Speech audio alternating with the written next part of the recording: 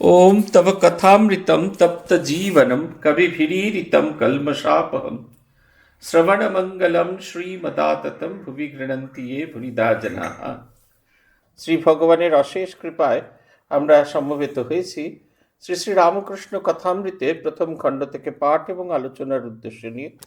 আমরা পড়ছি উদ্বোধন প্রকাশিত দিনানুযায়ী শ্রী রামকৃষ্ণ কথামৃত।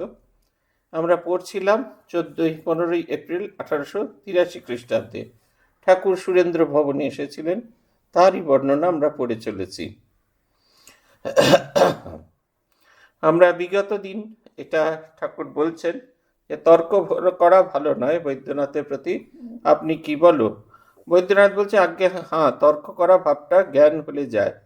শ্রীরামকৃষ্ণ থ্যাংক ইউ বলছেন, এটা অ্যাকনলেজ করছেন।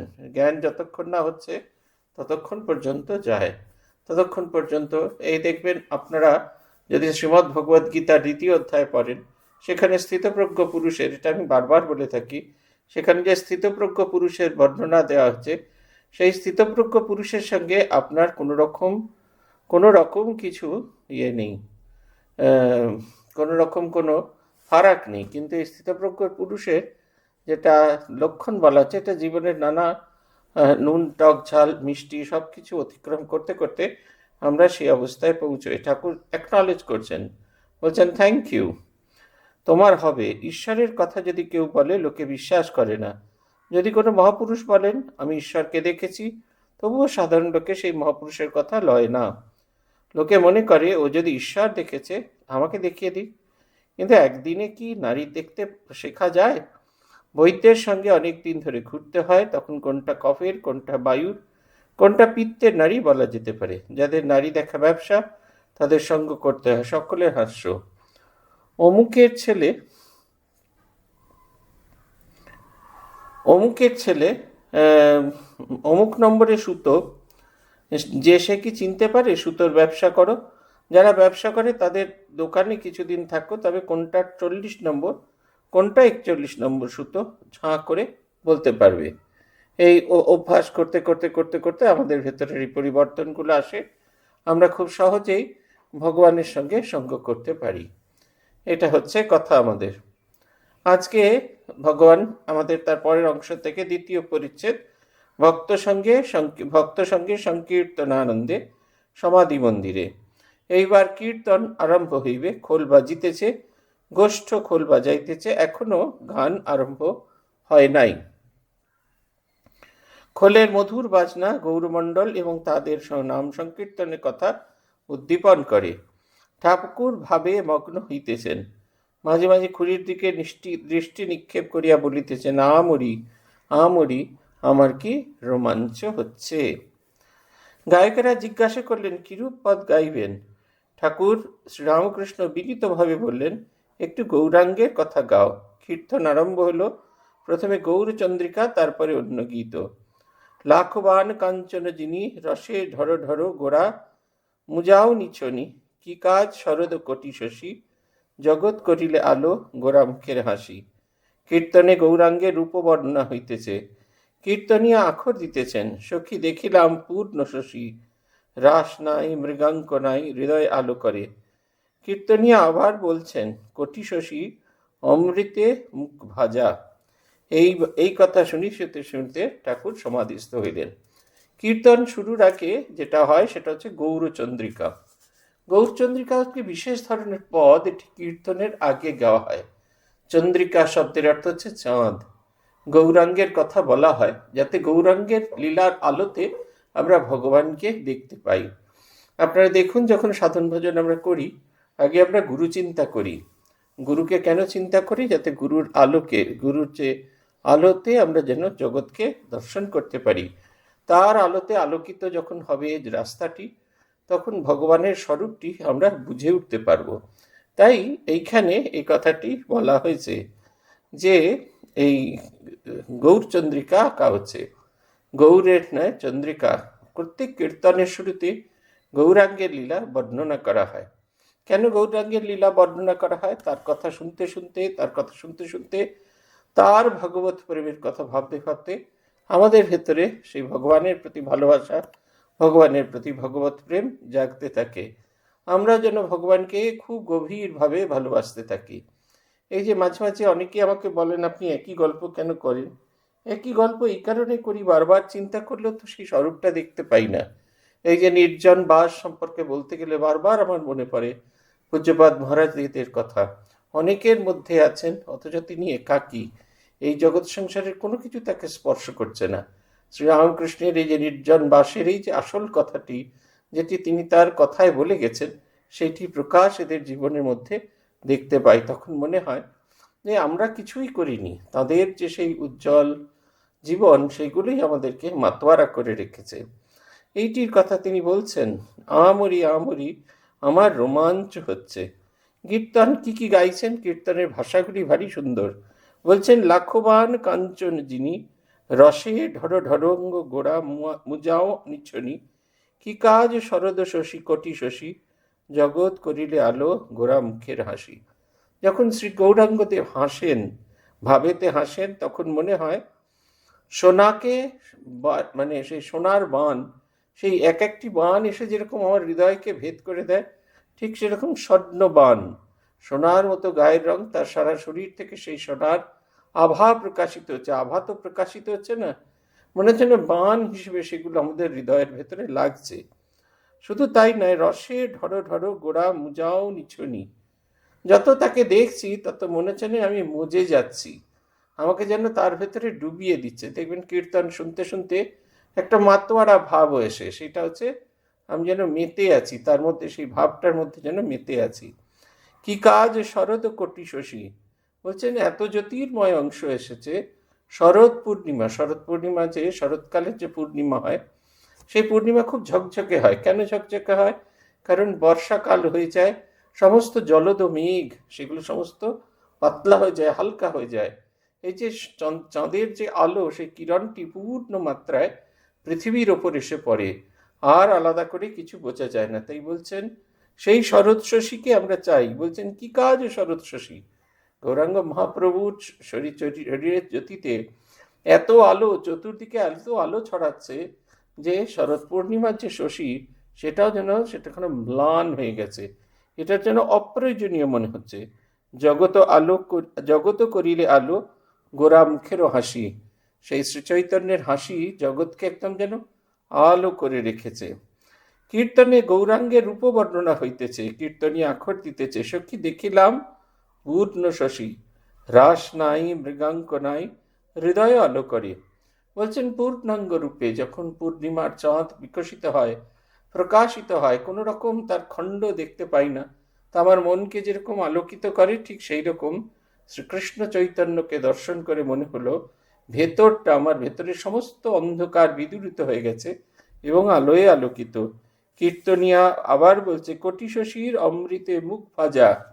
মুখ ভাজা মানে আস্বাদন করতে পারছি, সেইটা কি যেন আস্বাদন করতে পারছি, সেই আনন্দটাকে যেন আস্বাদন করতে পারছি। আপনি যখন জিলিপি খান, আমাদের এখানে এই বর্জরাতে এক ধরনের জিলিপি পাওয়া যায়, ওপরটা একদম শুকনো, কিন্তু আপনি যখন ভেঙে ভেঙে খাবেন, ভেতরটা রসে পূর্ণ। খুব সাবধানে খেতে হয়, নাহলে গায়ে আপনার পড়তে থাকে। তাই বলছেন, এবং সেটা এত আনন্দময় খেতে, সেটা সবসময় শব্দ দিয়ে আমরা প্রকাশ করতে পারি না। ঠিক সেই রকম বলছেন আস্বাদ, এমন আনন্দ যে শব্দ কিছু কিছু দিয়েই তার সেই আস্বাদটিকে প্রকাশ করা যাচ্ছে না। কোটি শশীর অমৃতে মুখ ভাজা, একটি শশী থেকে যে অমৃত খরিত হয়, সেরকম কোটি কোটি শশীর অমৃত খরিত হচ্ছে, তাতে একবারে মুখটি একবারে যেন একবারে পূর্ণ হয়ে গেছে, রসস্থ হয়ে গেছে। এ কথা শুনতে শুনতে ঠাকুর গভীরভাবে সমাধিস্থ হচ্ছেন। গান চলিতে লাগলো। কিয়ৎক্ষণ পরে ঠাকুর শ্রীরামকৃষ্ণদেব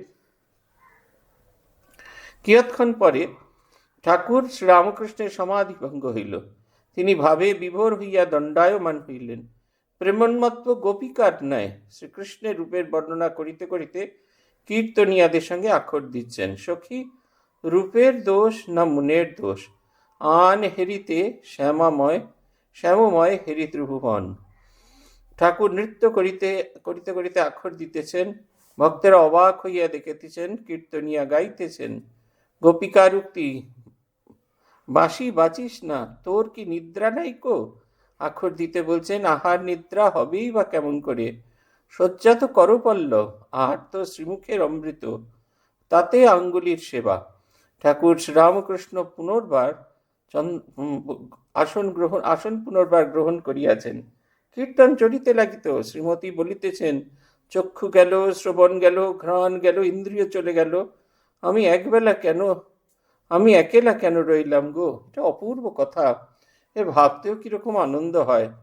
বলছেন, গান চলছে, শ্রীরামকৃষ্ণের সমাধি ভঙ্গ হলো, তিনি ভাবে বিভোর হয়ে আছেন। বিভোর হবে না? কি সুন্দর কথা বলছেন। রূপের দোষ না মনের দোষ, সে আইডেন্টিফাই করতে পারছেন না। যে শ্রীরাম, আমরা এই যে সামনে যিনি দাঁড়িয়ে আছেন, সেই শ্রী গৌরাঙ্গ, তার যে রূপের ছটা, আমি কি তাতে মোহিত হয়ে গেছি, না আমার মনটাই রূপকে আকৃষ্ট করে? শ্রীকৃষ্ণ চৈতন্য যদি এত সুন্দর না হতেন, এত রূপবান নাও হতেন, তথাপি এটা আকৃষ্ট হতো। আমি আইডেন্টিফাই করতে পারছি না, এটা তাঁর রূপের জন্য হচ্ছে না আমার মনের দুর্বলতার জন্য হচ্ছে, এটা আমি আইডেন্টিফাই করতে পারছি না। কি সুন্দর বলছে, আন হেরিতে শ্যামময় হেরি ত্রিভুবন। যখন এই যে শ্যামমক মুখ দেখছি, এটি দর্শন করার পর এই ত্রিভুবনকে যখন তাকাচ্ছি, তখন সেটাকে ইউজলেস মনে হচ্ছে। এগুলোর মধ্যে কেন করবো? ঠাকুর নৃত্য করিতে করিতে আখর দিতেছেন। বলছেন, আর নিদ্রা হবেই বা কেমন করে, শয্যা তো করপল্লব, আহার তো শ্রীমুখের অমৃত, তাতে অঙ্গুলির সেবা। ঠাকুর শ্রীরামকৃষ্ণ পুনরায় আসন গ্রহণ করিলেন। কীর্তন চলিতে লাগিল।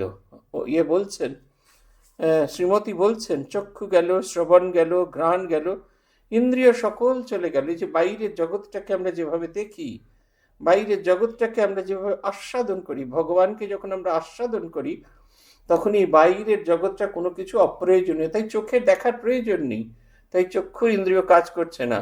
শ্রবণের কিছু শোনার প্রয়োজন নেই, শ্রবণ শুনছে না। মুখের কিছু স্বাদ নেওয়ার প্রয়োজন নেই, তাই স্বাদের মুখের ইন্দ্রিয়গুলি কাজ করছে না। বলছেন, সেই পূর্ণ চন্দ্রময়কে দর্শন করে আর এই জগৎ সংসারের কোনো কিছু দ্বারা আকৃষ্ট হচ্ছি না। কি অপূর্ব বর্ণনা! এই অপূর্ব বর্ণনার জন্যই যেন এখানে আরো বেশি হয়ে গেছেন। গান হচ্ছে, শেষে শ্রীরামকৃষ্ণ মিলন গান গাইলেন। মিলন গান কেন? মিলন দিয়ে শেষ করতে, একটা মিলনান্তক। দেখবেন সিনেমা এই হচ্ছে, এই নায়ক নায়িকার মধ্যে এই ঝগড়াঝাটি হচ্ছে, আলাদা হয়ে যাচ্ছে, তারপরে 30 বছর পর দেখা হলো, তখন এ বললো আই এম সরি, সেও বলছে আই এম সরি, চলো আমরা নতুন করে ঘর করি। আবার সবাই ঘর করতে শুরু করলে। আমরা সবসময় চাই যে কোনো ঘটনা মিলন দিয়ে শেষ হোক। কেউ যতুগৃহ সিনেমা দেখতে চায় না যে দুজনের সঙ্গে দেখা হলো, ট্রেন চালু হয়ে গেল, দুজনে দুপাশ দিয়ে চলে গেল। কেউ এটি দেখতে চায় না। সবাই চায় যে সব কিছু যেন আবার ঠিক হয়ে যায়, সব আগের মতো হয়ে যায়। ঠাকুর বলছেন, ধনী মালা গাঁথে শ্যাম গলে দোলাইতে, এমন সময় আইল সমুখে শ্যাম গুণমণি। বলছেন, ধনী হচ্ছে গোপিনীরা, গোপিনীরা মালা গাঁথছেন কেন? শ্যাম গলে দোলাইতে। এই মালা যখন শ্যাম পরবেন এবং তিনি যখন এমনি এমনি দুলবেন, তার সঙ্গে সেই মালাগুলো যেন দুলবে। এই কারণে বোঝা যাচ্ছে যে কি ফুল দিয়ে মালা গাঁথছেন, হালকা ফুল, যে শ্যাম যখন দুলবেন তার গলাতেও যেন সেটি দুলতে থাকে। এমন সময় আইলা সম্মুখে শ্যাম গুণমণি। এমন সময় সে যখন তার কথা চিন্তা করছে, তার জন্য প্রস্তুতি নিচ্ছে, সে হঠাৎ করে দেখলো যাকে ডাকছে, যাকে খুঁজছে, তিনি এসে দাঁড়িয়ে পড়েছেন। অপ্রস্তুত, সে কি করবে বুঝতে পারছে না। এটা একবার করছে, ওটা একবার করছে, সেটা একবার করছে। আজ এটা পড়ছিলাম এবং কালকে আমার এখানে একটা ক্লাসের কথা মনে পড়ছিল। আমাদের বিদ্যার্থী ব্রত হবে, ছাত্রদের পড়াশোনা করানো হচ্ছে। তা বলা হয়েছিল যে ছাত্ররা যেন 5টার মধ্যে সব ঘরে বসে পড়ে। বেটে ছাত্ররা আগে, লম্বা ছাত্ররা পড়ে।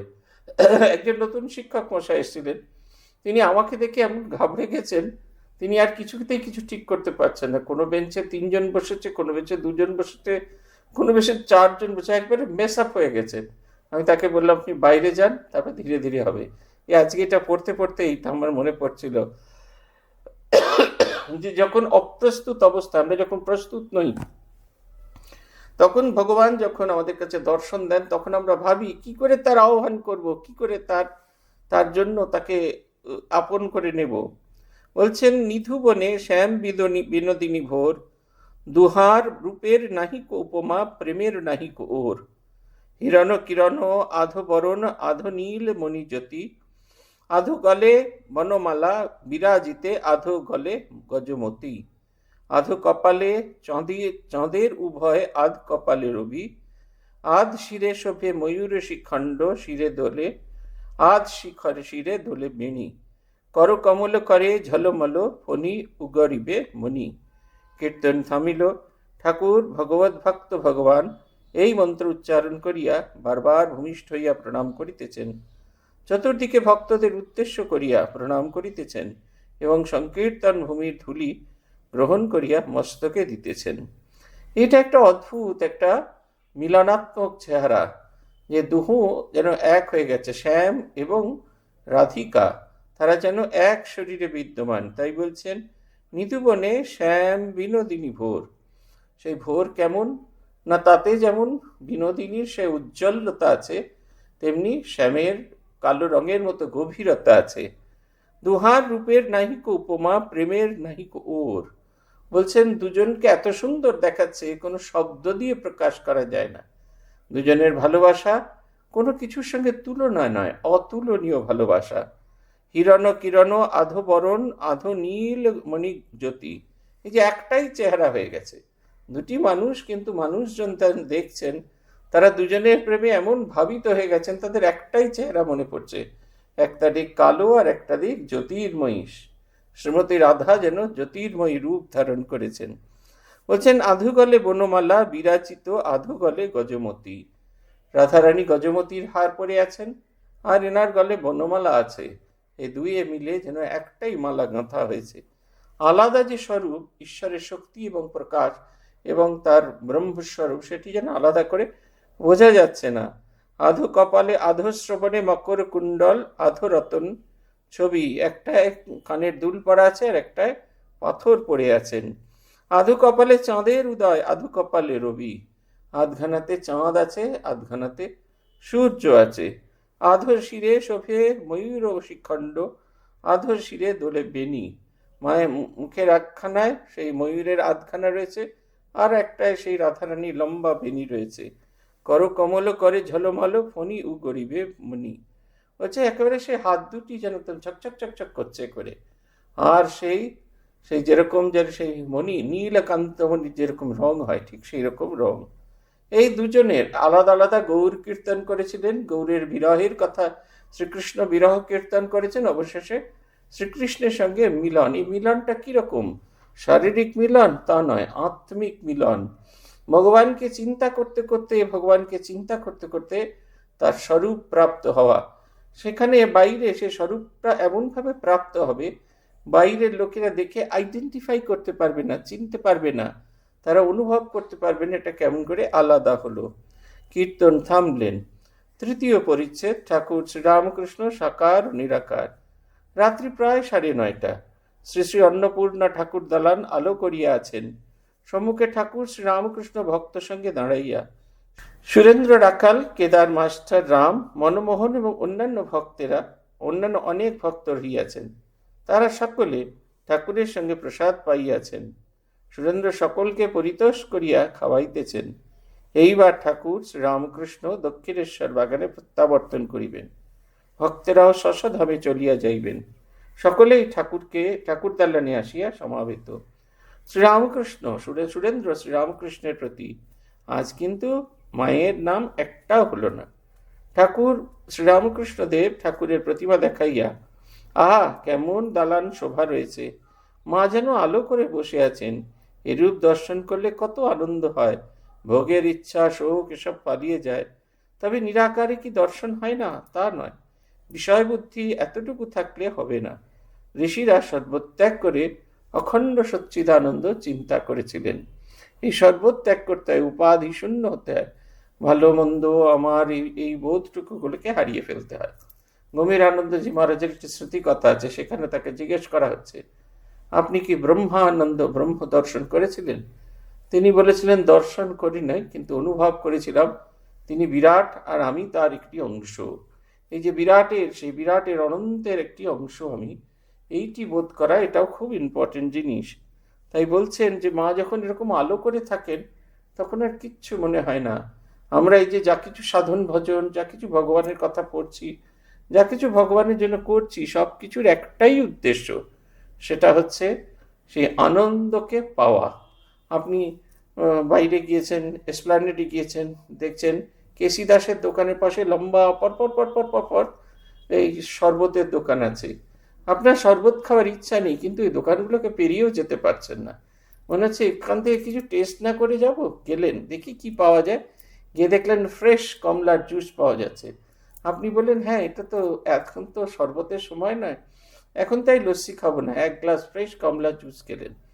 এইতে যে আনন্দ হলো, এটা কিন্তু আপনি কাউকে বলতে পারছেন না। এই আনন্দটা কত তীব্র, কত গভীর এই আনন্দ, এটা আপনি কাউকে বোঝাতে পারছেন না। বলছেন এরকম যখন জগন্মাতা আলো করে থাকেন, হৃদয় আলো করে থাকেন, সেই হৃদয় যখন সমস্ত অন্ধকার বিদূরিত হয়, আমাদের এই যে এই কষ্ট হয়, না পাওয়ার বেদনা হয় কখন? যখন আমাদের হৃদয় অন্ধকারে আবৃত থাকে, আমরা অন্তরে আলো দেখতে পাই না, সেই সময় তো আমাদের হৃদয়ের এরকম অবস্থা হয়। কিন্তু যদি আমরা ভিতরতে আলোয় আলোকিত হয়ে থাকি, সে সাহায্য নিয়েই হোক আর একাকী হোক, ঠাকুর সেইটির কথা বলছেন, নিরাকার সাকার। সাকার মানে হচ্ছে সাহায্য নিয়ে, দেবতার কারোর সাহায্য নিয়ে আমি করছি। আর যেখানে আমি স্বয়ং সম্পূর্ণ, কেউ সাহায্য করছে না, কিন্তু আমার অনুভব হয়েছে, সে অনুভবের আনন্দে আমরা ভরপুর হয়ে আছি। আমরা গিয়ে দেখতাম শিক্ষানন্দজি ছিলেন, আরোগ্য ভবনে থাকতেন, তিনি বেদান্তবাদী, বেদান্তি। তিনি বসে থাকতেন, তার ক্যান্সারে যত যে কষ্ট বোঝা যেত না, সবসময় এমনি এমনি এমনি করে দুলতেন, আর মুখখানা যেন একটা আনন্দে ভরপুর হয়ে থাকতো। তাকে দেখে মনে হতো এই জগতের যাবতীয় আনন্দ তিনি যেন অনুভব করছেন। এই জগৎটাকে থেকে, জগৎটা থেকে এক মহা আনন্দ তার কাছে সঞ্চারিত হচ্ছে, সে সঞ্চারের প্রকাশ। আর এই ছোট ছেলের শিশু যেমন এমনি এমনি করে দোলে, কখনো সামনে পেছনে দোলে, উনি ঠিক সেই রকম করতেন। হয় পড়ছেন, আর নাহলে বসে থাকলে আমরা দেখেছি এমনি এমনি এমনি করে দুলছেন। একটা অদ্ভুত আনন্দের প্রকাশ, যেটাকে তিনি কোনোভাবে ব্যক্ত করতে পারছেন না। বলছেন শ্রীরামকৃষ্ণ বলছেন যে যদি এই অখণ্ড সচ্চিদানন্দের অনুভূতি কখন হয়? যখন আমরা সর্বস্ব ত্যাগ করি, কোনো রকম বন্ধন মুক্ত হই, কোনো রকম বন্ধন যখন আমাদেরকে ধরে না। বলছেন ইদানিং ব্রহ্মজ্ঞানীরা অচল ঘন বলে গান গায়, আমার আলুনি লাগে। যারা গান গায় যেন মিষ্টরস পায় না, চিটে গুড়ের পানা নিয়ে থাকলে মিছরির পানার সন্ধান করতে ইচ্ছা হয় না। তোমরা দেখো কেমন বাহিরে দর্শন করছো আর আনন্দ হচ্ছে। যারা নিরাকার নিরাকার করে কিচ্ছু দেখতে পায় না, তাদের না আছে বাইরে, না আছে ভেতরে। এই আকারবাদীদের বলছেন বৈশিষ্ট্য হচ্ছে তারা দেবীকে দর্শন করে তাদের ভীষণ রকমের আনন্দ হচ্ছে। এই কথামৃত ভবনে গেলে মাঝে মাঝে আমি ঠনঠনিয়া কালীবাড়িতে যাওয়ার চেষ্টা করি। মাকে দর্শন করা যায় তিনটি দিক দিয়ে, মাঝখানের একটা, বাঁদিকে একটা, ডান দিকে একটা। দেবীর এত রূপ, সাধারণ একটি সিদ্ধেশ্বরী কালী মন্দির, কিন্তু এত রূপ, এত সৌন্দর্য, মনে হচ্ছে বারবার দেখে যেন কম হচ্ছে না, কিছুতেই যেন মন ভরছে না, মনে হচ্ছে না যা দেখছি সেটা যথেষ্ট নয়। মাকে যেন আরও খানিকক্ষণ দেখি। ব্রেকফাস্টের পর বলে এসছি 9টার সময় ফিরে আসবো, 2 ঘন্টার মধ্যে। আসতে যেতে হাইলি 15 থেকে 20 মিনিট লাগছে, কিন্তু বাকি সময়টা সেই মন্দিরের মধ্যে, অন্য কোথাও যেতে ইচ্ছা করছে না। শিবের মন্দিরে যেতে ইচ্ছা করছে না, কোথাও যেতে ইচ্ছা করছে না, বলছে বারবার দেখি, বারবার ফিরে ফিরে দেখি। একজন সাধুকে নিয়ে গেছিলাম, বিদেশ থেকে এসেছিলেন তিনি সন্ন্যাসের জন্য, সিয়েটল কেন্দ্র থেকে এসেছিলেন। তাকে আমরা দক্ষিণেশ্বর নিয়ে গেছি। সে যে তার যে কি আনন্দ দক্ষিণেশ্বরে গিয়ে, তার জন্য কিছুতেই মন আর ভরছে না। একবার ভালো করে দর্শন হলো, ভেতরে গিয়ে দর্শন হলো, প্রণাম করলেন, বেরিয়ে এলেন। তারপরে তাকে সব শিব মন্দির দেখাচ্ছি। শিব মন্দির থেকে বেরিয়ে তিনি এক ছুট্টে চলে গেলেন মা কালীকে দর্শন করতে। বিভোর হয়ে দর্শন করেছেন। আমাকে বলছেন, years I have waited for this দর্শন। আবার শ্রীকৃষ্ণ মন্দিরে গেছেন, শ্রীকৃষ্ণ পুজো দিয়েছেন, যে শ্রীকৃষ্ণের পা ভেঙেছিল সেটি দর্শন করেছেন, শিব ঠাকুরকে দর্শন করেছেন, তারপরে রঘুবীর শিলা দর্শন করেছেন। আবার নেবে নির্জরেশ্বর শিবে যাওয়ার আগে বললেন, লেট মি সি হার ওয়ান্স। আবার চলে গেলেন, গিয়ে গিয়ে দেখছেন। এত আনন্দ, আকার রূপে দেবীর প্রকাশ, এত আনন্দ, সে আনন্দতে ভরপুর হয়ে আছেন। এই আনন্দ যখন আমাদের ভেতরে হয়, তখন আমরা যা কিছু কাজ করি না কেন, সব কিছুর ভেতরে সেই আনন্দের ভাবটি প্রকাশিত হয়। এই যে ব্রহ্মজ্ঞানীদের তাদের যেহেতু অনুভব হচ্ছে না, তাই তারা যখন অনন্ত ব্রহ্মের গল্প বলছেন, অনন্ত ব্রহ্মের গান গাইছেন, তখন তার ভেতরে সেই অনন্ত ব্রহ্মের প্রকাশ হচ্ছে না। ঠাকুর মার নাম গাহিতেছেন, মা গো আনন্দময়ী, আমায় নিরানন্দ করো না, ও দুটি চরণ বিনা আমার মন অন্য কিছু আর জানে না। তপন তনয় আমার মুন্দ কয়, কি দোষে তা তো জানি না, ভবানী বলিয়ে তোরে যাব পার, ভবে যাব চলে, মনে ছিল এই বাসনা। অকুল পাথারে ডুবাবে আমারে, স্বপনেও তো জানি না, অহর নিশি শ্রী দুর্গা নামে ভাসি, তবু দুঃখ রাশি গেল না।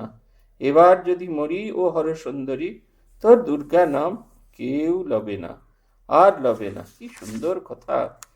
একেবারে এসে একদম ভাবে একদম পূর্ণ। মা গো আনন্দময়ী, জগন্মাতার কাছে প্রার্থনা করছেন, হে মা আনন্দময়ী, নিরানন্দ করো না, তোমাকে চিন্তা করি, তোমাকে ভাবি, আমার ভিতরে যেন নিরানন্দের সামান্যতম প্রকাশ না হয়। পূজ্যপাদ ভূতেশানন্দজি মহারাজকে আমরা জিজ্ঞেস করেছিলাম একবার, আপনি এত রসিক কেন? উনি বললেন, ঈশ্বর রসস্বরূপ, রস বৈশ, বলছেন ঈশ্বর রসস্বরূপ, আমি তাকে চিন্তা করি তাই আমি রসিক, তুমিও তাকে চিন্তা করো, তুমিও রসিক হবে। কি সহজ সরল উত্তর! ভগবানকে যদি আমরা চিন্তা করতে পারি, ভগবানকে যদি আমরা হৃদয়ে আনতে পারি, তার প্রকাশ আমাদের ভেতরে হবে, তার আলো আমাদের ভেতরে হবে, আনন্দময় বলে মনে হবে। দেখবেন এই যে সরস্বতী পুজো আসছে, ছোট ছোট মেয়েরা অনেক সময় মায়েদের কাপড় পরে, মায়েরা যে কাপড় পরেছেন সেই কাপড় মায়েরা পরিয়ে দেয়। তারা যখন ঘুরে বেড়ায় তখন তাদের পরিচিত যারা বলে, দেখ ঠিক দেখতে ওর মায়ের মতো। এই যে ঠিক দেখতে মায়ের মতো, আনন্দময়ীর সন্তান, তিনি যিনি জগৎকে আনন্দ বিকিরণ করছেন, তার সন্তান সে কখনো নিরানন্দে থাকতে পারে না। সে হয়তো হাহা করে হিহি করে নাও হাসতে পারে, কিন্তু তার ভেতরে যে আনন্দটি থাকে, সে আনন্দ বিকিরিত হতে থাকে, তার কাছে যে আসে তার ভেতরে সে আনন্দের স্পর্শ আছে। বলছেন, ও দুটি চরণ বিনা আমার মন অন্য কিছু আর জানে না। অপূর্ব শরণাগতির কথা। জগৎ সংসারের এত কিছু আকর্ষণের বস্তু আছে, কিন্তু আমার শ্রীচরণ ভিন্ন আর অন্য কোনো কিছুতে আমার মন লাগে না। তপন তনয় আমায় মন্দ বলে, কি দোষ তা তো জানি না, ভবানী বলিয়ে ভবে চলে যাব, মনে ছিল এই বাসনা। লোকে আমায় খারাপ বলে, তাতে কেন বলে আমি ঠিক জানি না, আমার জানারও দরকার নেই। আমি জানি এই জগৎ পেরিয়ে যাব তোমার নাম করে, তোমার দিব্য নাম করতে করতে এই জগৎ থেকে বেরিয়ে জগতের বাইরের অন্য লোক আছে, সেই লোকে চলে যাব।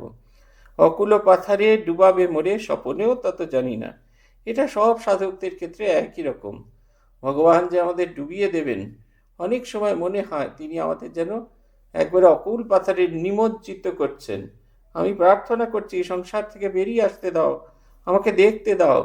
তিনি কিছুতেই দেখতে দেন না, তিনি আরও খেলান, এই হয়েছে আবার ওইটা করো, ওই হয়েছে আবার সেইটা করো। এ যেন সেই আকুল শরণাগত সন্তানের প্রার্থনা। বলছেন, অকুল পাথারে ডুবাবে আমারে, স্বপনেও তা তো জানি না, অহর নিশি শ্রী দুর্গা নামে ভাসি, তবু দুঃখ রাশি গেল না। তুমি আমার জীবনে এতটুকু দুঃখ নাশ করনি, কিন্তু আমি অহর নিশিদিন তোমার নাম নিতে কখনো ভুলবো না।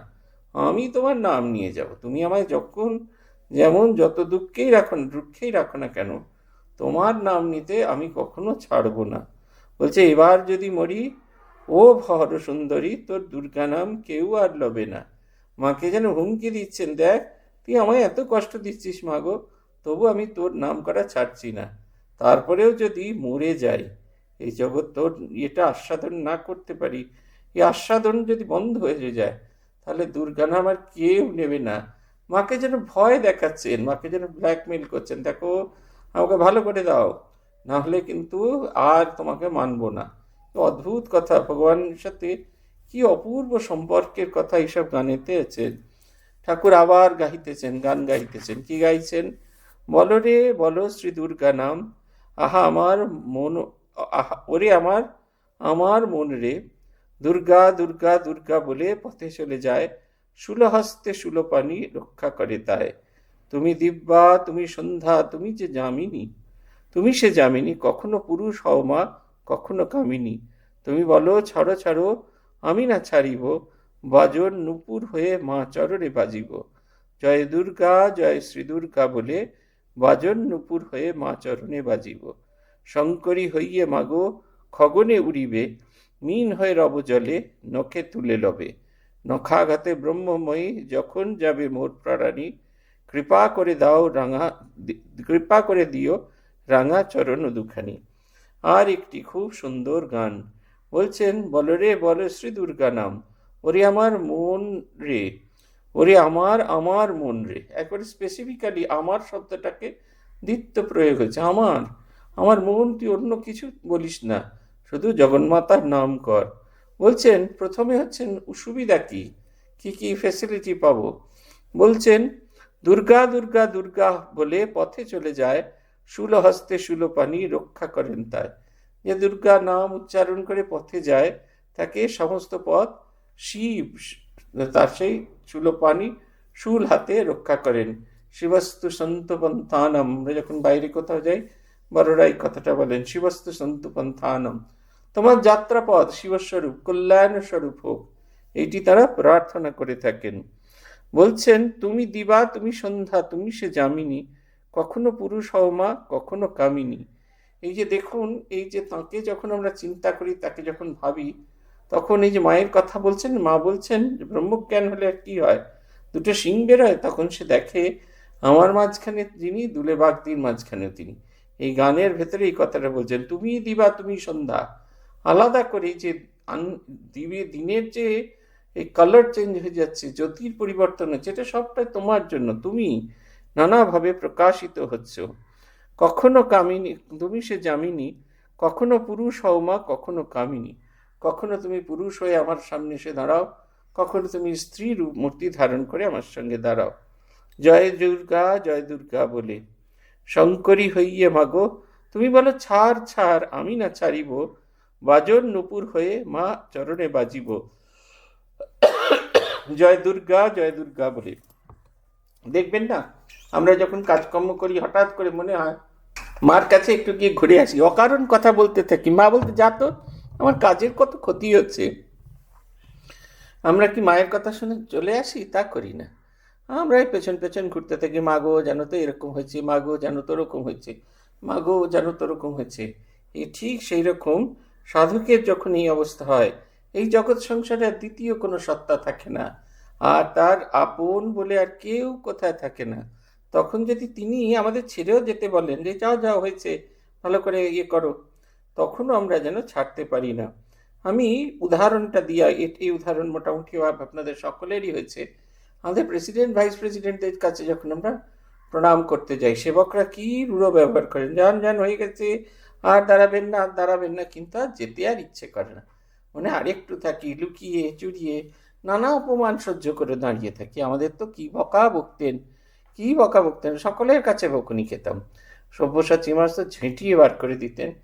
শিখরের সমাজে কিছুদিন আগে শিখরের সমাজের সঙ্গে দেখা হয়েছিল, ভূতেশানন্দজি স্মারক বক্তৃতা আমি বলেছিলাম যে মহারাজ আমাদের খুব বকাঝকা করতেন, আর তাঁরই কল্যাণে আমরা রোজ মহারাজের সঙ্গে পূজনীয় ভূতেশানন্দজি মহারাজের পায়ে হাত দিয়ে প্রণাম করার সুযোগ পেতাম। মহারাজের একটা সিগন্যাল ছিল, পাশে সাইডে মানে এক সাইডে দাঁড়াতে হবে, চুপ করে দাঁড়িয়ে থাকতে হবে, হইচই করা চলবে না।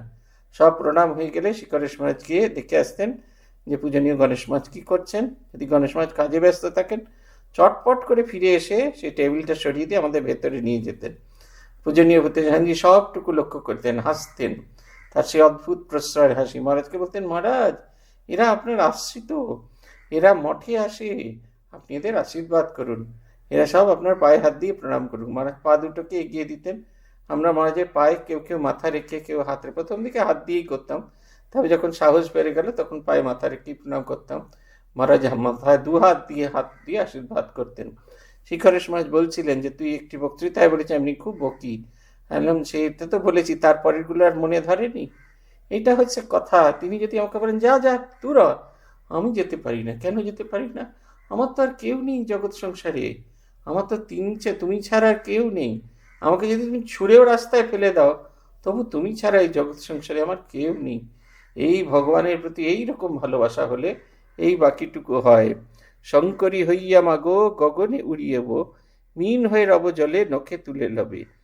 বলছেন আমি আকাশে তুমি যদি বলো আমি আকাশে পাখির মতো উড়বো, তুমি যেমন বলবে। তুমি যদি মাছের মতো আমাকে জলে থাকতে বলো, তাই নেবো। কিন্তু আমাকে একলা ফেলে দিয়ে হবে না। তোমার নখের আঘাতে আমাকে তোমার করে নিতে হবে, তোমার নিজের করে নিতে হবে। নখাঘাতে ব্রহ্মময়ী যখন যাবে মোর পরাণী, তোমার নখের ঘাতে ব্রহ্মময়ী আমার এই যে স্থূল শরীরটা যখন চলে যাবে, কৃপা করে দাও রাঙা চরণ দুখানি, তোমার শ্রীপাদপদ্মে তোমার আমার স্থান দিও। চণ্ডিকানন্দ যেটি ভারী সুন্দর গান আছে, হাত ধরে তুমি নিয়েছো মা মোরে, অযাচিত করুণায়, অকুল পাথারে কোল দিতে মোরে, স্থান দিলে রাঙা পায়। আমি তো কখনো ভাবি নাই মনে, তোমার করুণা পাবো এ জীবনে, তবু তুমি মোরে নিলে কোলে করে, রাখিলে তব স্নেহ ছায়। এত যদি মাগো করুণা শঙ্করী, নিয়ে চলো মোরে নিজ হাতে করি, আর যেন নাহি তোমারে পাশরি, মোহে মোহিনী মায়ায়। হাত ধরে তুমি নিয়েছো মা মোরে, অযাচিত করুণায়, অকুল পাথারে কোল দিতে মোরে, স্থান দিলে রাঙা পায়। অকুল পাথারে তোমার শ্রীপাদপদ্মে কোল দেবার জন্য তুমি আমাকে যেন রাখলে। বলছেন আমি ভুলে যাব, এত যদি মাকে করুণা শঙ্করী, নিয়ে চলো মোরে নিজ হাতে করি, আর যেন নাহি তোমারে পশরি, মোহে মোহিনী মায়ায়। তুমি আমাকে পৃথিবীতে নিয়ে এলে, তুমি আমায় কৃপা করলে, কিন্তু আমি তোমাকেই ভুলে যাব। কেন? এই যে কামিনী কাঞ্চনী, যে মোহ মায়াতে ভুলে যাব, এই আকর্ষণেতে ভুলে যাব, তোমার কথা আমার কিছুতেই মনে পড়বে না। তাই বলছেন এত যদি মাগো করুণা শঙ্করী, নিয়ে চলো মোরে নিজ হাতে করি, আর যেন নাহি তোমারে পাশরি, মোহের মোহিনী মায়ায়। তোমাকে ভুলে কত জন্ম কেটে গেছে, আমি আর কোনো জন্ম তোমাকে ছাড়া থাকতে চাই না। তোমা ভিন্ন আমার আর কিচ্ছু হবে না। ঠাকুরের একটি অদ্ভুত অবস্থা। আপনারা অনেকে সমাধির কথা বলেন, সমাধি মনে করলেই সবাই মনে করেন যে শ্রীরামকৃষ্ণ হাত দুটি তুলে দিয়েছেন, ব্যাস ওই সমাধি হলো। দেখুন আরেকটি সমাধির ছবি দেখুন। ঠাকুর শ্রীরামকৃষ্ণ আবার প্রতিমার সম্মুখে প্রণাম করলেন।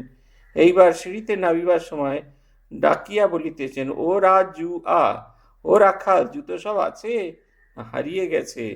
ঠাকুর সুরেন্দ্র গাড়িতে আর বলতে পারছেন না। বলছেন ঠাকুর গাড়িতে উঠলেন, সুরেন্দ্র প্রণাম করিলেন, অন্যান্য ভক্তেরাও প্রণাম করিলেন। রাস্তায় চাঁদের আলো এখনো আছে। ঠাকুরের গাড়ি দক্ষিণেশ্বর অভিমুখে যাত্রা করিল। রাস্তায় চাঁদের আলো এখনো আছে মানে রাত পেরিয়ে গেছে।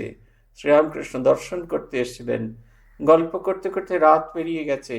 সকালে তিনি যাত্রা করেছেন, এগিয়ে চলেছেন তিনি। এই পথ এবং তার দিকে তাকিয়ে জগন্মাতায় মানুষজন এগিয়ে চলছে। কি অপূর্ব সুন্দর বর্ণনা! আলোয় আলোকিত। এ শুধু বাইরের প্রকৃতি আলোকিত নয়, ভক্তদের অন্তর প্রকৃতিকেও তিনি আলোকিত করে দিয়ে গেছেন। তার সেই উপস্থিতি, তার সেই ভুবনমোহন গান, সব কিছুর মধ্যে তিনি যেন হারিয়ে গিয়েছেন। এই অপূর্ব সুন্দর জিনিসটি বর্ণনায় ভাবতে ভাবতে আজকে আমরা বিদায় নেব।